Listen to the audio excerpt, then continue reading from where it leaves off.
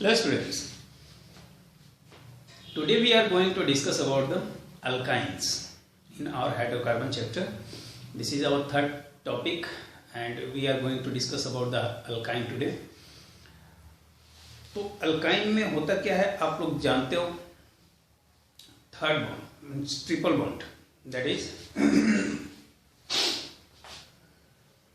Alkyne. It contains triple bond between carbon and carbon. You know very well. Its general formula is CnH2n minus 2. Okay. If we talk about the structure of this compound, then it will be hydrogen, single bond carbon, triple bond with other carbon, and again hydrogen. The bond length of triple bond का जो bond length होगा वो कितना होगा 120 picometre and bond length of hydrogen and carbon will be 108 picometre. Clear? And the angle between both angle 180 degree. Is that bond length of triple bond 120 picometer, bond length of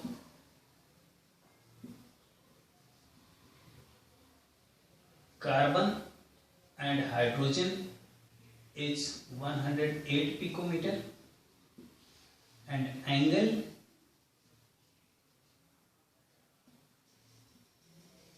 between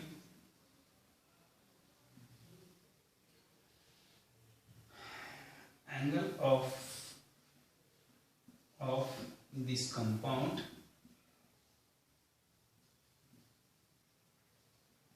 will be 180 degree. अब ये देखो 180 degree होता क्यों है? Actually hybridisation इसका क्या होता है? हाइब्रिडाइजेशन sp होने की वजह से ये लीनियर शो करता है और लीनियर का जो एंगल होता है वो कितना होता है 180 डिग्री. क्लियर है ना? तो ये हुई कुछ खास बातें जो हमारे ट्रिपल बॉन्ड के बारे में है, ये आपको याद होनी चाहिए. कार्बन और कार्बन के बीच में 120 पिकोमीटर का बॉन्ड लेंथ होता है. कार्बन और हाइड्रोजन के बीच में जो बॉन्ड लेंथ होता है वो होता है 108 picometre and the angle of this compound means carbon और कार्बन हाइड्रोजन के बीच में जो एंगल बनता है वो कितना होता है 180 degree due to sp hybridisation. Okay, copy it and after that we will discuss about the nomenclature of the alkynes.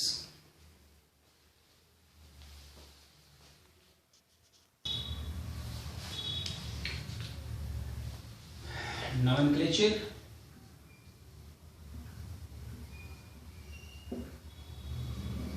of alkyne. All rules are same.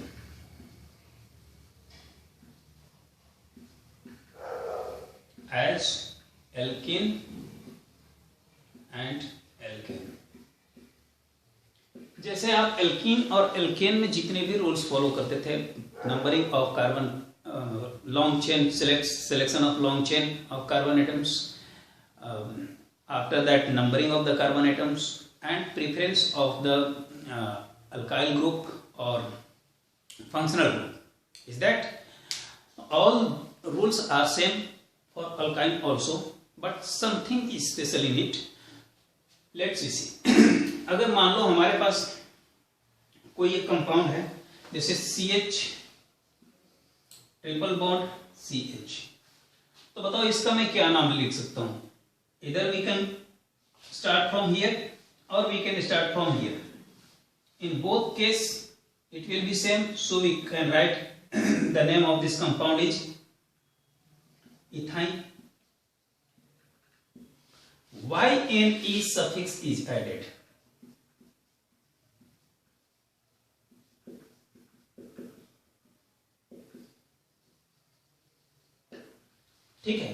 इसमें हम कौन सा सफिक्स यूज करते हैं? YNE. 2 carbons are there, eighth, and suffix added YNE. Why? Because triple bond is present here. जहां आपके पास triple bond रहेगा उस वहां आप क्या ऐड करोगे? YNE. क्लियर है ना? अगर मान लो कोई एक कंपाउंड है हमारे पास CH3 C triple bond CH. What will be the name of this compound? 1, 2, 3. Because we start from there, the double bond or triple bond gets lowest number. तो अगर यहां से शुरू करते हैं तो 1, 2, 3 मीन्स सेकेंड पोजीशन पर हमें डबल बॉन्ड मिल रहा है, ट्रिपल बॉन्ड मिल रहा है. यहां से शुरू करते हैं तो फर्स्ट पोजीशन पर मिल रहा है. So we start from right to left. What will be the name of this compound? 1, 2, 3 means prop. On first position triple bond is present, so we can write prop 1 ion. Clear है? This is first. Second compound. Now third compound is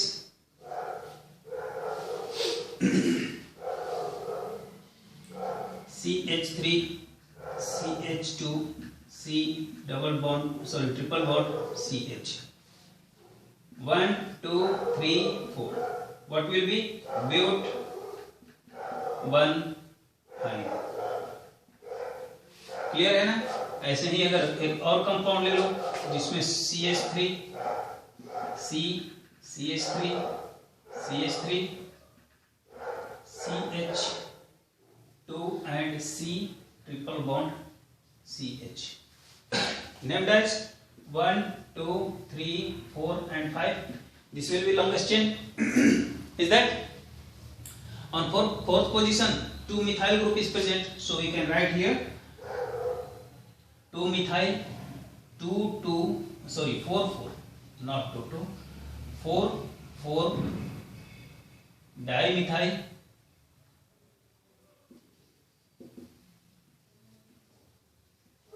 dimethyl 1, 2, 3, 4, 5. 5 means paint 1 ion. Okay. YNE. We named as if the parent chain includes both double bond and triple bond both. अगर किसी parent chain में double bond भी हो और triple bond भी हो तो उसको हम कैसे डील करेंगे? कॉपी करिए, फिर हम आगे बढ़ते हैं.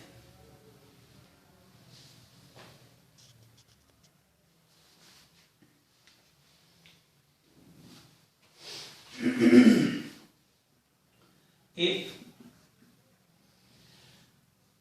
the both double bond and triple bond present in longest carbon chain, longest carbon chain, और इसी को आप कहते हो पेरेंट चेन. अगर मान लो किसी एक पेरेंट चेन में डबल बॉन्ड भी प्रेजेंट है और ट्रिपल बॉन्ड भी प्रेजेंट है ऑन सेम पोजीशन. अगर मान लो हमारे पास है CH2 double bond, sorry CH triple bond C single bond CH2 and CH double bond CH2. If we start from here 1, 2, 3, 4 and 5. If we start from here 1, 2, 3, 4 and 5. On both position, on first position triple bond is present. Here first on first position double bond is present. So from where we start numbering? हम numbering कहां से शुरू करेंगे? तो याद रखिए, अगर ऐसा केस हो जिसमें सेम पोजीशन पर डबल बॉन्ड भी हो ट्रिपल बॉन्ड भी हो तो हमारा नंबरिंग वहां से स्टार्ट होगा जहां से डबल बॉन्ड नजदीक होगा. मीन्स यहां से 1, 2, 3, 4 and it will B 5. Is that? तो बताओ मैं इसका क्या नाम दे सकता हूं? वैलेंसी तो कंप्लीट है ना, 2 3 4 2 4 2 3 4 3 4 and this one 3 and 1 4. Yes, तो बताओ इसका नाम क्या हो सकता है? इसमें जो डबल बॉन्ड से हम शुरू तो करेंगे, बट यहां आप लिख लो कि प्रीफिक्स, सॉरी,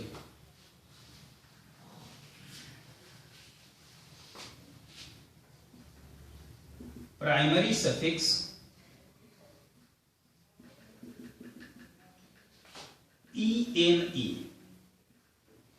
ENE को हम क्या रखेंगे? Primary suffix. ठीक है. Always comes before YNE. तो बताओ इसमें हम क्या नाम लिख सकते हैं? 1 in लिख सकते हैं, 1 in, फिर 5 है paint. On fourth position triple bond is present, 4 ion. Is that 1 in pent 4 ion? या फिर नहीं, इसमें primary, sorry, suffix primary suffix means आप लिखोगे पहले पेंट, इसके बाद यूज करते हैं 1 in, फिर लिखेंगे क्या? 4, और ई तो कैंसिल हो जाएगा क्योंकि इसके बाद आएगा YNE. This one is correct. Okay. अगर मान लो यही इस तरह से हो, CH double bond C, single bond CH2 CH and triple bond CH, sorry this one C and this one भी CH. अगर ये उल्टा कर दें तब हम इसमें इस केस में क्या करेंगे? Same position. आप यही नाम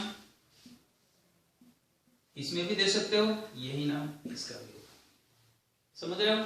मीन्स अगर डबल बॉन्ड और ट्रिपल बॉन्ड सेम पोजीशन पर प्रेजेंट है तो उस केस में आपका नंबरिंग शुरू होगा डबल बॉन्ड से. क्लियर है ना? और इस डबल बॉन्ड को आप कैसे रखोगे? प्राइमरी सफिक्स के फॉर्म में, और ट्रिपल बॉन्ड यूज होगा कैसे? सेकेंडरी सफिक्स के फॉर्म में. Copy it now.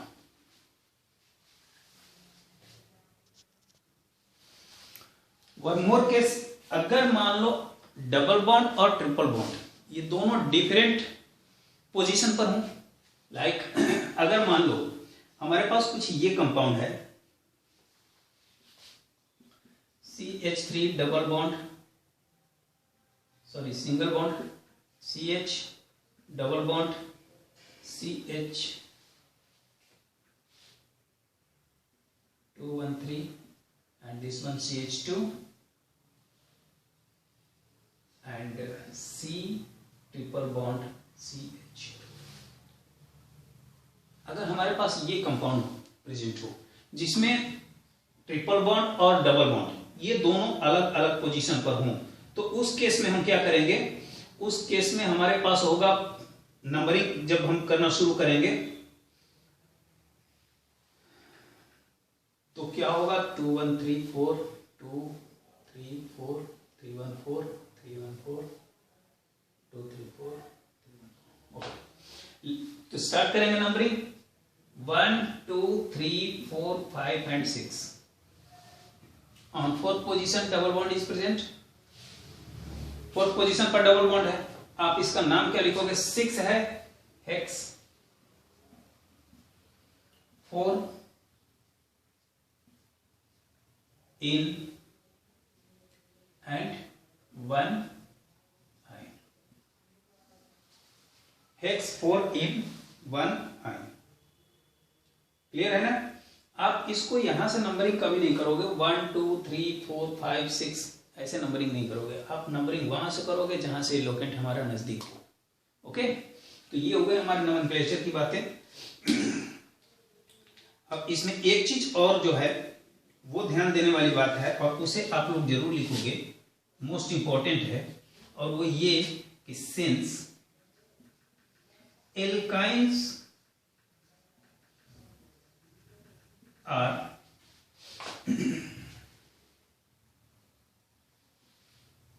linear molecule.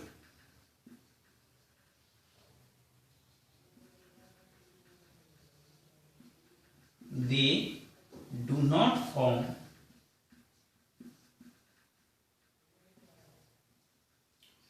any type of cyclic compound.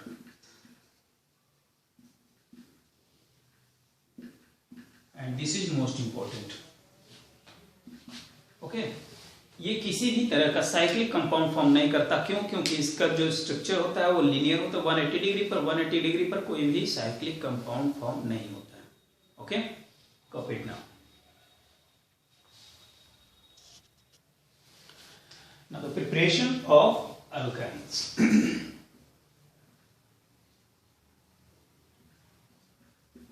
Preparation of alkynes. Alkynes का प्रिपरेशन कैसे हो सकता है? First method, by the action of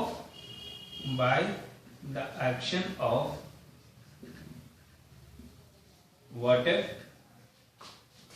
on calcium carbide.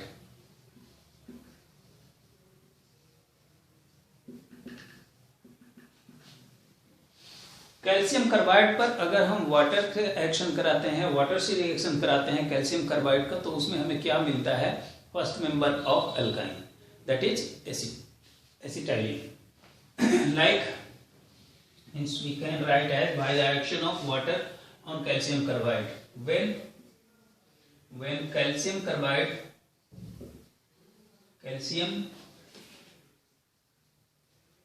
carbide is treated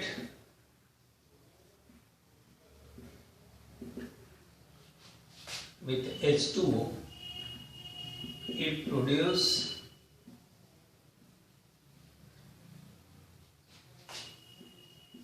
ethyne along with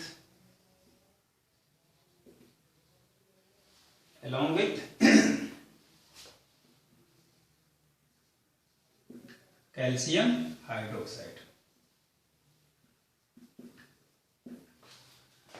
CaC plus, this is calcium carbide,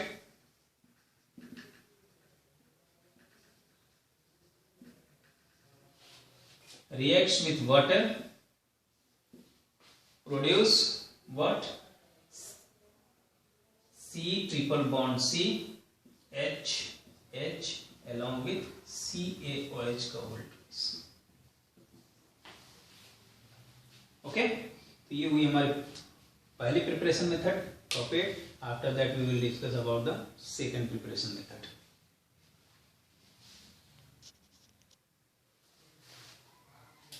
अपना जो second method है वो कहता है कि अगर किसी डाई हेलो एल्केन का रिएक्शन हम potassium hydroxide alcoholic K form में करा दें तो हमें इथाइन मिल जाएगा।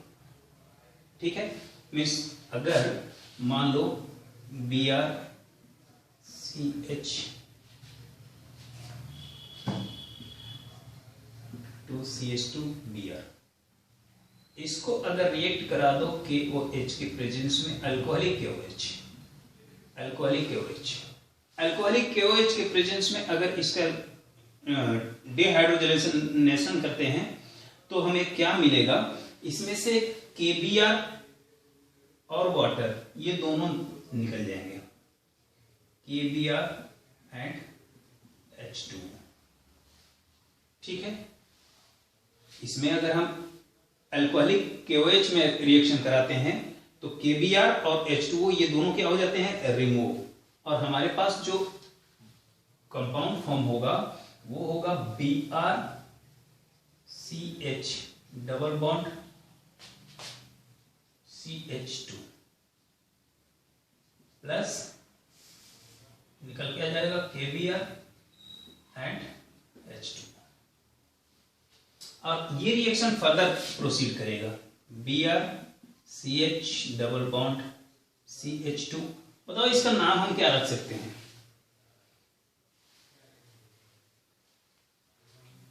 इसका नाम हम क्या रख सकते हैं? 1 ब्रोमो इथ 1 इन, सॉरी 2 ब्रोमो इथ 1 इन। ओके, ये रिएक्शन फर्दर प्रोसीड करेगा KOH अल्कोहलिक फॉर्म में। हाँ, यहां पर रिएक्शन ये स्टॉप नहीं होता है, बल्कि ये रिएक्शन कंटिन्यूअसली प्रोसीड करेगा। -KBr again and H2O also, it gives C triple bond, C H and H, that is ethyne.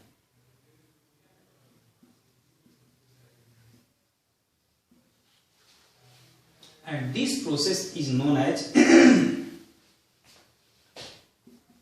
dehydrohalogenation of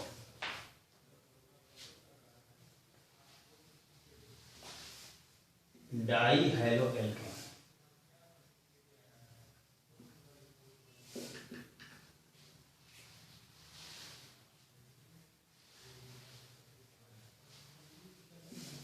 अगर रिएक्शन लिखना चाहोगे तो आप इसको लिख सकते हो।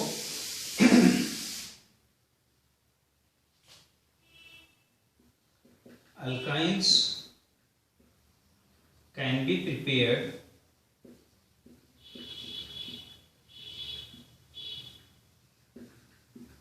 by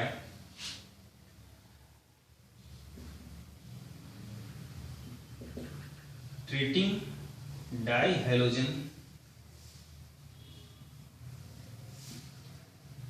derivatives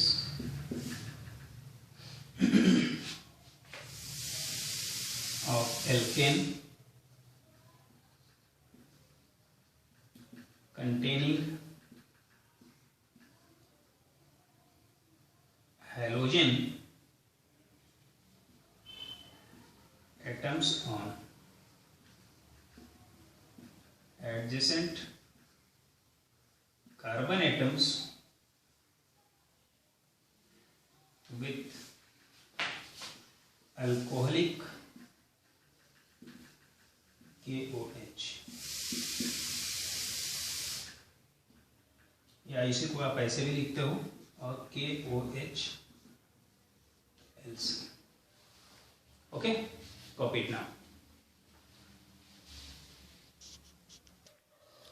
one more thing, किसी बुक में आपको KOH alcoholic in second step नहीं लिखा होगा, यहां पर लिखा होगा सोडियम एमाइड।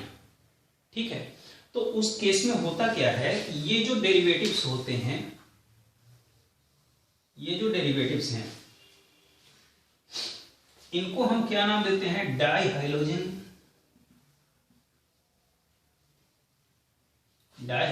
डेरिवेटिव्स। और ये जो होते हैं वो लेस रिएक्टिव होते हैं। क्या होते हैं? Less reactive. So to get better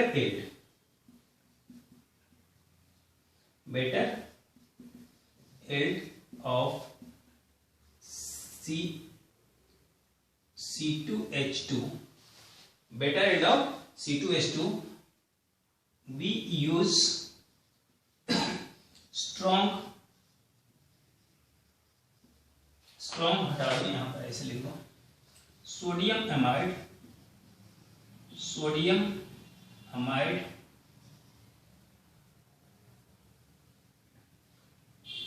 on second step.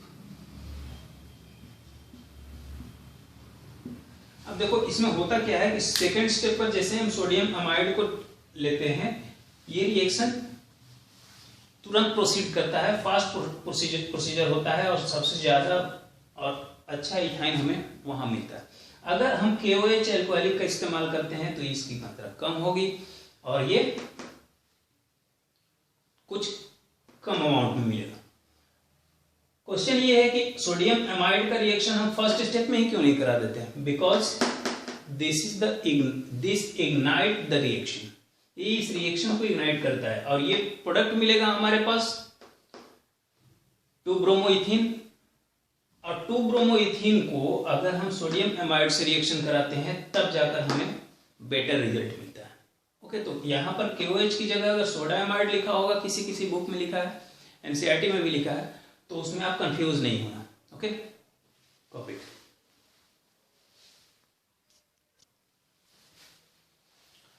Look now, properties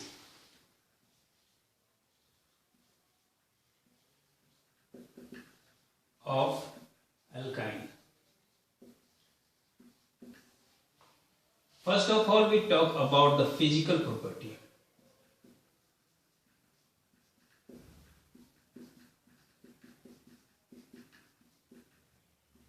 ठीक है, तो फिजिकल प्रॉपर्टी में जो हमारा फर्स्ट स्टेप है वो कहता है physical state.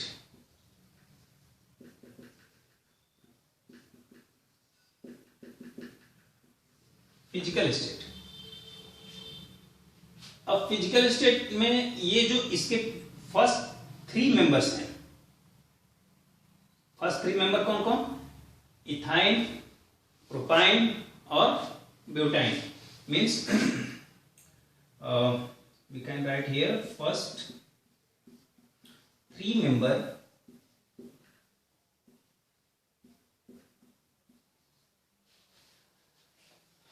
of this family, that is ethine, propine and butane। ये जो तीनों होते हैं वो क्या होते हैं? गैसियस स्टेट में होते हैं।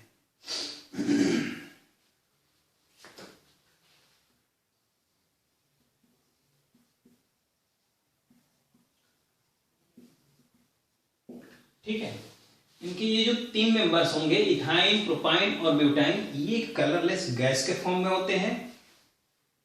और नेक्स्ट 8 जो होते हैं,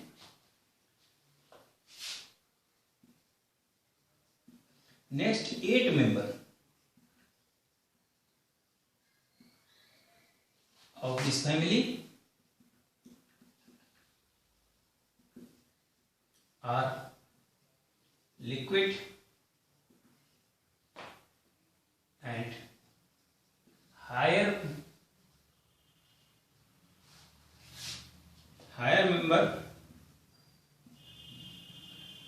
are in solid state।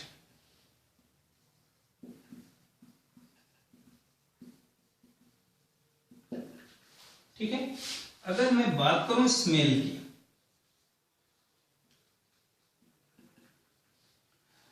तो इसमें एक को छोड़कर acetylene, if we except acetylene को अगर हम छोड़ दें तो all others are odourless. Means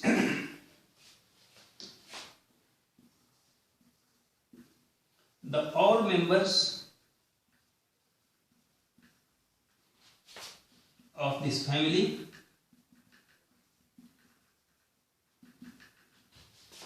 are odorless except acetylene. Acetylene का जो स्मेल होता है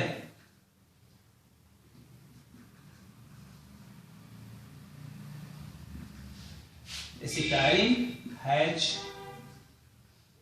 garlic smell.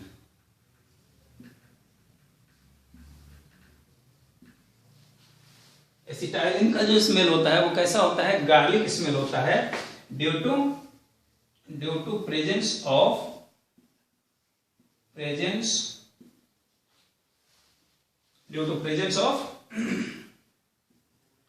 phosphine as impurities।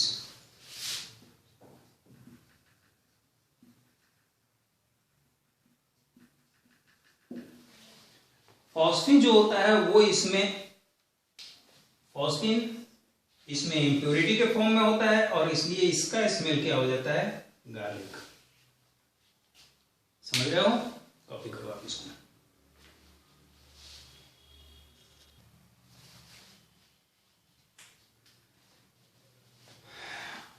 Third property is melting point and boiling point. Melting point और बॉइलिंग पॉइंट जो एसिटाइलिन का होता है वो क्या होता है? लो होता है। ऐसा क्यों होता है? Because of non polar nature. Means acetylene is non polar in nature, therefore so it has low boiling point and melting point.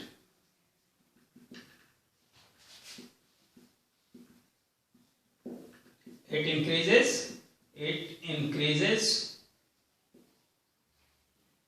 in increase of molecular size. ऐसा क्यों होता है? क्योंकि इनका जो स्ट्रक्चर होता है वो लीनियर होता है। लीनियर होने की वजह से इनके जो मॉलिक्यूल्स हैं वो क्लोजली पैक्ड होते हैं। क्लोजली पैक्ड होंगे तो उनका मेल्टिंग पॉइंट और बॉइलिंग पॉइंट क्या होगा? लो। ठीक है।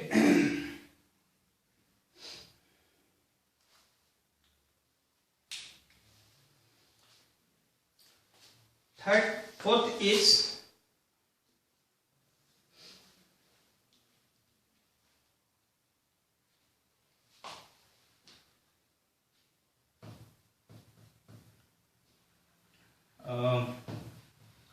solubility.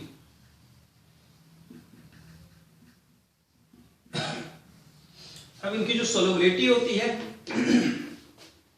ये भी एल्केन और एल्कीन की तरह ऑर्गेनिक कंपाउंड्स में सोलुबल होते हैं। नॉन पोलर नेचर के हैं, वाटर में सोलुबल नहीं होंगे। Means H alkene and alkene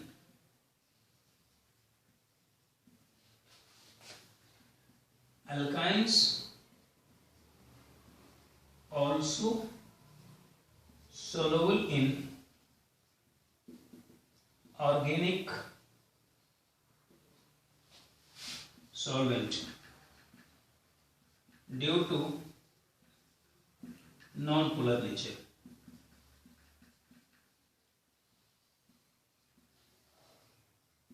Means it is insoluble in water. क्या होंगे? वाटर में ये इनसोल्युबल होंगे लेकिन ऑर्गेनिक सॉल्वेंट में सोलुबल होंगे। ठीक है? क्यों? क्योंकि ये भी नॉन पोलर नेचर के होते हैं, एल्केन और एल्काइन की तरह, एल्केन की तरह। कॉपी करिए।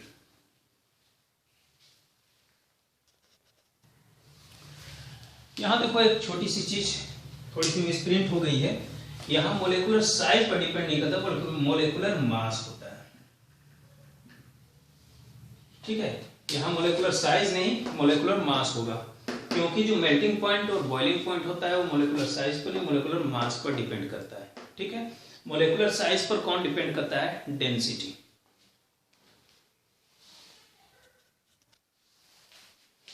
Now fifth and last property of this compound is density.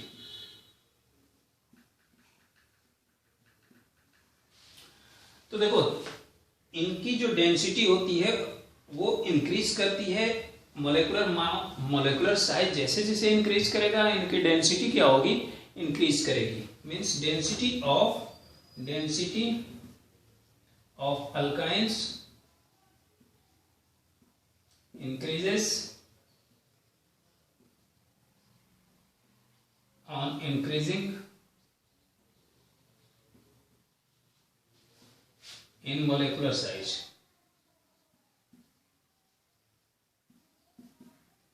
But one more case is here कि the density of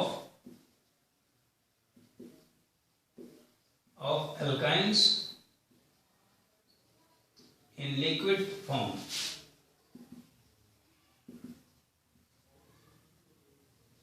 lesser than that of water.